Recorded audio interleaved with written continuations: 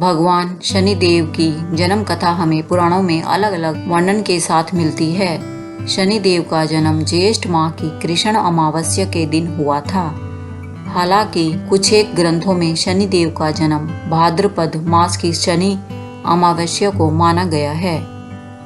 एक अन्य कथा के अनुसार भगवान शनि देव का जन्म ऋषि कश्यप के यज्ञ से हुआ माना जाता है, लेकिन स्कंद पुराण के काशी खंड अनुसार शनि देव भगवान के पिता सूर्य और माता का नाम छाया है।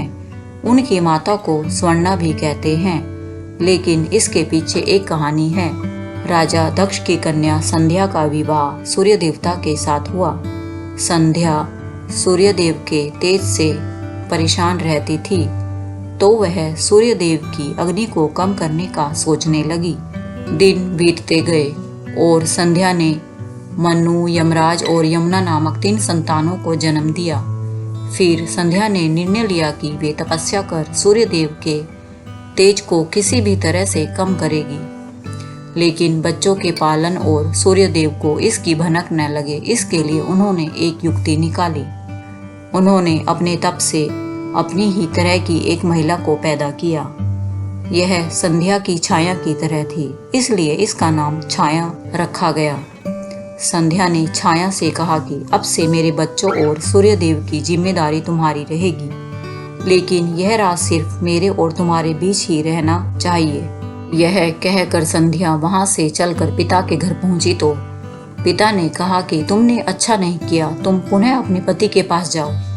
जब पिता ने शरण नहीं दी तो संध्या वन में चली गई और घोड़ी का रूप धारण करके तपस्या में लीन हो गई।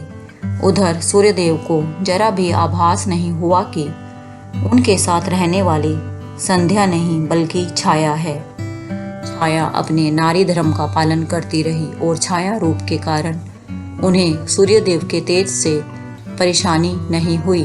क्योंकि छाया बहुत साधारण रूप से मिलती जुलती थी, सूर्य भगवान उस पे संदेह नहीं कर सके। छाया के माध्यम से सूर्य भगवान के 3 और शिशु हुए, जो थे मनु, शनि और ताप्ती। इसलिए शनि को सूर्यपुत्र और यम का भाई कहा जाता है। जब शनि छाया के गर्भ में थे, उसने भगवान शिव को प्रसन्न करने के लिए चमकदार सूर्य के नीचे एक गंभीर तपस्या की। भगवान शिव की प्रार्थना और पूजा में डूब गई थी। दिव्य शक्ति गर्भ के भीतर बच्चे का पोषण करती थी, इसलिए शनि देव भगवान शिव को बहुत समर्पित थे। इसके अलावा जब छाया ने इतनी देर तक धधकते सूरज के नीचे तपस्या की थी, तो शनि गर्भ के अंदर काले रंग के हो गए थे। जैसे ही शनि देव का जन्म हुआ, सूर्य भगवान ने उनके रंग को देखकर उन्हें तुच्छ जाना और इस बात पर संदेह किया कि क्या शनि का जन्म उनके पास हुआ था, अथवा शनि को अपना पुत्र होने पर उन्हें संदेह होने लगा। नाराज हुए शनि देव ने जब अपने पिता पर नजर डाली तो शनि देव की शक्ति के कारण सूर्य भी काले रंग में झुलस गए थे। बाद में सूर्य ने अपनी गलती के लिए पश्चाताप किया और भगवान शिव की पूजा की, जिन्होंने सूर्य को बताया कि क्यों शनि इतने काले थे। इस बात के पीछे की सच्चाई को जानने के बाद सूर्य भगवान अपने पुत्र शनि देव के साथ खुश थे और वे एक दूसरे को बेहतर समझने लगे। शनि देव भगवान शिव के एक प्रेरक शिष्य बन गए और सभी ज्ञान उनसे सीख गए। शिव शनि देव की भक्ति और ईमानदारी से बहुत प्रसन्न थे, इसलिए उन्होंने उन्हें पृथ्वी पर पैदा हुए जीवन पर उन्हें महत्वपूर्ण ग्रह का स्थान दिया, जिन्हें लोगों द्वारा किए गए कर्मों के प्रभाव को वितरित करने की जिम्मेदारी दी गई थी।